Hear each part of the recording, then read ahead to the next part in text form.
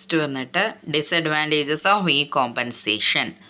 High initial setup cost. അപ്പോൾ നമുക്കൊരു E compensation software സെറ്റാക്കി എടുക്കാൻ വേണ്ടിയിട്ട് നമുക്ക് ഇനിഷ്യൽ സെറ്റപ്പ് കോസ്റ്റ് കൂടുതലായിരിക്കും. കാരണം സോഫ്റ്റ്വെയർ എല്ലാം മേടിച്ച് ഇനിഷ്യലി സെറ്റ് ചെയ്യുമ്പോൾ അതിനുള്ള കോസ്റ്റ് അത്രയും ആവും.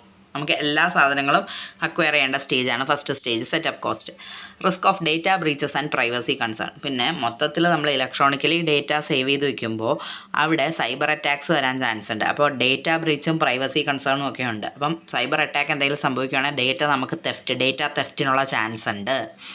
അപ്പം അത് നമുക്ക് ഒഴിവാക്കാൻ പറ്റത്തില്ല. പിന്നെ dependence on technology and internet connectivity. പിന്നെ നമുക്ക് ടെക്നോളജിയിൽ നമ്മൾ എത്രത്തോളം അപ്ഡേറ്റഡ് ആണ്, അതായത് നമ്മുടെ എംപ്ലോയീസിന് ടെക്നോളജിക്കലി അപ്ഡേറ്റഡ് ആണെങ്കിൽ മാത്രമേ ഈ കോമ്പൻസേഷൻ സിസ്റ്റം ഫോളോ അപ്പ് ചെയ്ത് കൊണ്ടുപോകാൻ പറ്റത്തുള്ളൂ. പിന്നെ ഉള്ളത് ഇൻ്റർനെറ്റ് കണക്ടിവിറ്റി. നമുക്ക് ഇൻ്റർനെറ്റ് കണക്ടിവിറ്റി ഇല്ലാതെ നമുക്ക് ഈ കോമ്പൻസേഷൻ സിസ്റ്റം കൊണ്ടുവരുന്നത് ബുദ്ധിമുട്ടായിരിക്കും. പിന്നെ വരുന്നത് require technical training for HR staff. HR സ്റ്റാഫിന് ടെക്നിക്കൽ ട്രെയിനിങ് വേണം. ഓക്കെ, അപ്പോൾ ടെക്നിക്കൽ ട്രെയിനിങ് HR സ്റ്റാഫിന് ആവശ്യമാണ്. കാരണം അവർക്ക് HR സ്റ്റാഫിന് ആവശ്യമുള്ള എന്തൊക്കെ കാര്യങ്ങൾ ടെക്നിക്കലി അവർ അറിഞ്ഞിരിക്കണം, ആ ഒരു കാര്യം അവർക്ക് പറഞ്ഞു കൊടുക്കണം. അതിനാണ് നമ്മൾ ടെക്നിക്കൽ ട്രെയിനിങ്. അപ്പം അതില്ലാത്ത ഒരു ഓർഗനൈസേഷനാണെങ്കിൽ അവിടെ ഈ കോമ്പൻസേഷൻ പറ്റത്തില്ല. ടെക്നിക്കൽ ട്രെയിനിങ് ഇല്ലാത്ത HR സ്റ്റാഫുള്ളടുത്ത് ഈ കോമ്പൻസേഷൻ നമുക്ക് അപ്ലൈ ചെയ്യാൻ പറ്റത്തില്ല. May reduce human touch in sensitive pay discussions. അപ്പോൾ നമ്മൾ പേ ഡിസ്കസ് ചെയ്ത് സോൾവ് ചെയ്യുന്നതൊക്കെ നമുക്ക് യൂഷ്വലി മാനുവലി ആണ് ചെയ്യുന്നത്. ആ ഒരു മാനുവൽ ഇഫക്റ്റ് അവിടെ ഇല്ലാതാവും. ഓക്കെ, അപ്പോൾ ഓരോ ആൾക്കാരുടെയും ലോയൽറ്റി, അവരുടെ കോൺട്രിബ്യൂഷൻ, അങ്ങനെയുള്ള കാര്യങ്ങളൊന്നും അതായത് ക്വാണ്ടിഫയബിൾ അല്ലാത്ത കാര്യങ്ങളൊന്നും കൺസിഡർ ചെയ്യാൻ നമുക്ക് പറ്റത്തില്ല ഈ കോമ്പൻസേഷൻ ആണെന്നുള്ളത്. പ്യുവർലി പെർഫോമൻസ് ബേസ്ഡ് ആയിരിക്കും പേ പോകുന്നത്. അതല്ലാതെ അവരുടെ ലോയൽറ്റിയോ അവരുടെ എത്രത്തോളം നമ്മുടെ ഓർഗനൈസേഷനോട് ലോയലാണ്, അതായത് എത്രത്തോളം ഹോണസ്റ്റ് ആണെന്നോ അതൊന്നും നോക്കത്തില്ല. ഇനി software compatibility or update issues. പിന്നെ ഈ സോഫ്റ്റ്വെയർ 1 ഇയർ വെച്ചിട്ട് നമുക്ക് റിന്യൂ ചെയ്ത് കൊടുക്കേണ്ടി വരും. അങ്ങനെ ആകുമ്പോൾ അതിന് റിന്യൂവൽ ചാർജസ്, സബ്സ്ക്രിപ്ഷൻ ചാർജസ് അങ്ങനെ വരും. പിന്നെ അത് അപ്ഡേറ്റ് ചെയ്ത് കൊടുക്കണം, അപ്ഡേറ്റ്സ് വരുന്നതനുസരിച്ച് അപ്ഡേറ്റ് ചെയ്ത് കൊടുക്കണം. അപ്പോൾ അതൊക്കെ ഒരു ബുദ്ധിമുട്ടാണ്. അപ്പോൾ ഇത്രയാണ് ഡിസഡ്വാൻറ്റേജസ് ഓഫ് ഈ കോമ്പൻസേഷൻ എന്ന് പറയുന്നത്. അടുത്തത് mobile application in HR function. ഇനി നമ്മൾ HR ഫംഗ്ഷനിൽ മൊബൈൽ ആപ്ലിക്കേഷൻ യൂസ് ചെയ്യുന്നു. HR mobile apps allow employees and managers to perform HR activities through smart phone or tablet. നമുക്ക് ആൻഡ്രോയിഡ് ആയിട്ടുള്ള സ്മാർട്ട് ഫോണോ ടാബ്ലറ്റോ യൂസ് ചെയ്തിട്ട് നമ്മുടെ HR ഫംഗ്ഷൻസ് എംപ്ലോയീസിനും മാനേജേഴ്സിനും അവരെ കാര്യങ്ങൾ ചെയ്യാൻ പറ്റുന്നതാണ് മൊബൈൽ ആപ്സ്.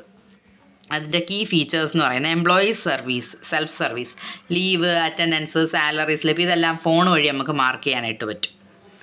പിന്നെ പുഷ് നോട്ടിഫിക്കേഷൻ. അപ്പോൾ എന്തെങ്കിലും അപ്രൂവൽസ്, റിമൈൻഡേഴ്സൊക്കെ ഉണ്ടെങ്കിൽ അതിൽ നിന്ന് നോട്ടിഫിക്കേഷൻ നമുക്ക് വന്നോളും, നമ്മൾ മറന്നു പോകത്തില്ല കാര്യങ്ങൾ. Performance tracking, goal setting. നമ്മുടെ പെർഫോമൻസ് ഇപ്പോൾ ഏത് ലെവൽ വരെ എത്തി, നമുക്ക് നമ്മുടെ ഗോൾ സെറ്റ് ചെയ്ത് വെച്ചേക്കുന്നത് എത്രയാണ്, അപ്പോൾ അതെല്ലാം നമുക്കതിൽ കാണാൻ പറ്റും, ഒരു ആപ്പിൽ ക്ലിയർ ആയിട്ട് കാണാൻ പറ്റും. പിന്നെ ലേണിംഗ് ആൻഡ് ഡെവലപ്മെൻറ്റ് ആക്സസ്. നമുക്ക് ഓൺലൈനിൽ ഈ ലേണിങ്ങോ ട്രെയിനിങ്ങോ വല്ലോ പ്രൊവൈഡ് ചെയ്യുന്നുണ്ടെങ്കിൽ അതെല്ലാം ഈ ആപ്പിൽ അതിൻ്റെ ലിങ്ക് ഉണ്ടാവും. പിന്നെ recruitment status and onboard support. Recruitment സ്റ്റാറ്റസും ഓൺ ബോർഡ് സപ്പോർട്ടും. ഓക്കെ, നമ്മളുടെ റിക്രൂട്ട്മെൻറ്റ് സ്റ്റാറ്റസ് ഇപ്പം എന്താണ്, നമുക്ക് ഒരു പ്രൊമോഷൻ വരാനുണ്ട്, അങ്ങനെയാണെങ്കിൽ അതിൻ്റെ സ്റ്റാറ്റസ് നമുക്ക് ചെക്ക് ചെയ്യാൻ പറ്റും. ഓക്കെ, ഏതൊക്കെ എംപ്ലോയീസാണ് നമുക്ക് സപ്പോർട്ട് ചെയ്യുന്നത്. ഓക്കെ, അപ്പോൾ അങ്ങനെ അതെല്ലാം നമുക്ക് അറിയാനായിട്ട് പറ്റും. പിന്നെ chat bots for HR queries. എന്തെങ്കിലും HR ക്വയറീസ് ഉണ്ടെങ്കിൽ നമുക്ക് ചാറ്റ് ചെയ്യാൻ പറ്റും ചാറ്റ് ബോട്ടുമായിട്ട്. നമുക്കിപ്പോൾ മിക്ക വെബ്സൈറ്റിലും ചാറ്റ് ബോട്ട്സ് ഉണ്ട്. ഈവൻ ഇൻകം ടാക്സിൻ്റെ വെബ്സൈറ്റിൽ പോലും നമുക്ക് ചാറ്റ് ബോട്ടുണ്ട്, ഈ റെയിൽവേയുടെ വെബ്സൈറ്റിലുണ്ട്. അതേപോലെ ചാറ്റ് ബോട്ട്സ് സെറ്റ് ചെയ്ത് വെച്ചിട്ടുണ്ടാവും അവർ ഫ്രീക്വൻ്റ്ലി ആസ്ക്ഡ് ക്വസ്റ്റ്യൻസ് ആൻസർ ചെയ്യാൻ വേണ്ടിയിട്ട്. പിന്നെ മൊബൈൽ പേറോൾ ആക്സസ് എംപ്ലോയീസിന് പ്രൊവൈഡ് ചെയ്യും. അവർക്കുള്ള യൂസർ ഐഡിയും പാസ്വേഡും എല്ലാം കൊടുത്ത് അത് വെച്ചിട്ടായിരിക്കും എംപ്ലോയീസ് അത് ഓപ്പറേറ്റ് ചെയ്യുന്നത്. ഓക്കെ, ഇനി use of mobile application in HR functions. Mobile application HR ഫങ്ഷൻസിൽ യൂസ് ചെയ്യുന്നത് എങ്ങനെയാണ്? ആദ്യം employee attendance and leave management. Employee അറ്റൻഡൻസും ലീവ് മാനേജ്മെൻറ്റും പറ്റും. എംപ്ലോയിയുടെ അറ്റൻഡൻസ് എടുക്കാനും അവരുടെ ലീവ് മാനേജ് ചെയ്യാനും അവർക്ക് ലീവ് അപ്ലൈ ചെയ്യാനോ അപ്രൂവ് ആയോ എന്ന് അറിയാനും ഒക്കെ ഈ മൊബൈൽ ആപ്പ് ഹെൽപ്പ് ചെയ്യും. പിന്നെ ഇൻസ്റ്റൻറ്റ് കമ്മ്യൂണിക്കേഷൻ ആൻഡ് ഫീഡ്ബാക്ക്. പെട്ടെന്നൊരു കാര്യം പറഞ്ഞു കഴിഞ്ഞാൽ അതിൻ്റെ ഫീഡ്ബാക്ക് പെട്ടെന്ന് തന്നെ അവർക്ക് കിട്ടും, ഓൺലൈൻ ചെയ്യുന്നുള്ളതുകൊണ്ട് തന്നെ. On the go performance review, അവർ ചെയ്തുകൊണ്ടിരിക്കുന്ന ടൈമിൽ തന്നെ അവർക്ക് അവരുടെ പെർഫോമൻസ് റിവ്യൂ കാണാൻ പറ്റും. റിമോട്ട് ട്രെയിനിങ് ആൻഡ് ലേണിംഗ്, അവരെവിടെയാണോ ഉള്ളത് അവിടെ വെച്ച് അവർക്ക് ട്രെയിനിങ് എടുക്കുക. ഏത് സ്ഥലത്താണോ സ്റ്റേ ചെയ്യുന്നത് അവിടുന്ന് അവർക്ക് ട്രെയിനിങ് എടുക്കാനുള്ള ഫെസിലിറ്റി ഉണ്ട്, ലേണിങ്ങിനുള്ള ഫെസിലിറ്റി ഉണ്ട്. പിന്നെ access to HR policies and benefits, HR പോളിസീസും ബെനിഫിറ്റ്സും എല്ലാവർക്കും ആക്സസ് ചെയ്യാൻ പറ്റും. കാരണം ആപ്പിനകത്ത് കാണാൻ പറ്റും എന്തൊക്കെയാണ് HR പോളിസീസ് എന്നും എന്തൊക്കെയാണ് HR ബെനിഫിറ്റ്സ് എന്നും. അപ്പോൾ അവർക്ക് ഈസി ആയിട്ട് അത് ആക്സസ് ചെയ്യാൻ പറ്റും. പിന്നെ വരുന്നത് real time recruitment tracking. Real time recruitment tracking എന്ന് പറയുന്നത് ഇവരുടെ റിക്രൂട്ട്മെൻറ്റ് സ്റ്റാറ്റസ്, ഇപ്പോൾ ഇവരെ എടുത്തിട്ടുണ്ടാവും പക്ഷേ പ്രോജക്റ്റ് ഇല്ലാത്തതുകൊണ്ട് മാറ്റി നിർത്തിയിരിക്കുമായിരിക്കും.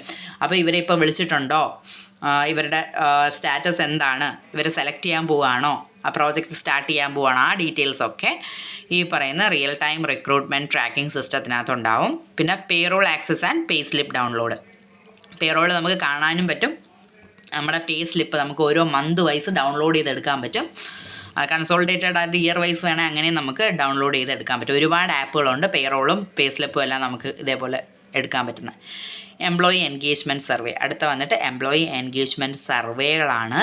എംപ്ലോയി എൻഗേജ്മെൻറ്റ് സർവേ എന്ന് പറയുമ്പോഴത്തേക്ക് എത്രത്തോളം എംപ്ലോയീസ് നമ്മുടെ വർക്കിൽ പ്രോപ്പറായിട്ട് എൻഗേജ് ചെയ്തിട്ടുണ്ട്, എത്ര പേരാണ് നമ്മൾ ആപ്പ് യൂസ് ചെയ്തിട്ട് എന്താ പറയുക അവർ ഹാപ്പി ആയിട്ടുള്ളവർ, സാറ്റിസ്ഫൈഡ് ആയിട്ടുള്ളവർ ആരൊക്കെയാണ്. അപ്പോൾ അതിനെക്കുറിച്ചുള്ള ഡീറ്റെയിൽസ് നമുക്ക് അവൈലബിളാണ്. പിന്നെ ക്വിക്ക് HR അപ്രൂവൽസ്, നമുക്ക് എന്തെങ്കിലും HR അപ്രൂവൽസ് ഒക്കെ വേണമെങ്കിൽ റിക്വസ്റ്റ് ആപ്പ് മൊബൈൽ ആപ്പ് വഴി തന്നെ കൊടുത്ത് അപ്രൂവൽസ് വാങ്ങാനായിട്ട് പറ്റും. Improved HR service delivery, mobile app ആയതുകൊണ്ട് തന്നെ നോട്ടിഫിക്കേഷൻസ് എല്ലാം പെട്ടെന്ന് കാണാൻ പറ്റുന്നതുകൊണ്ട് മാനേജേഴ്സ് എന്ത് ചെയ്യും, പെട്ടെന്ന് ഇതിന് റെസ്പോണ്ട് ചെയ്യും. അപ്പം ഈസി ആയിട്ട് വളരെ ഇംപ്രൂവ്ഡ് ആയിട്ടുള്ള സർവീസ് ഡെലിവറി നമ്മളെ എംപ്ലോയീസിന് കിട്ടും. അപ്പോൾ ഇത്രയാണ് മൊബൈൽ ആപ്പ് കൊണ്ടുള്ള യൂസസ് എന്ന് പറയുന്നത്.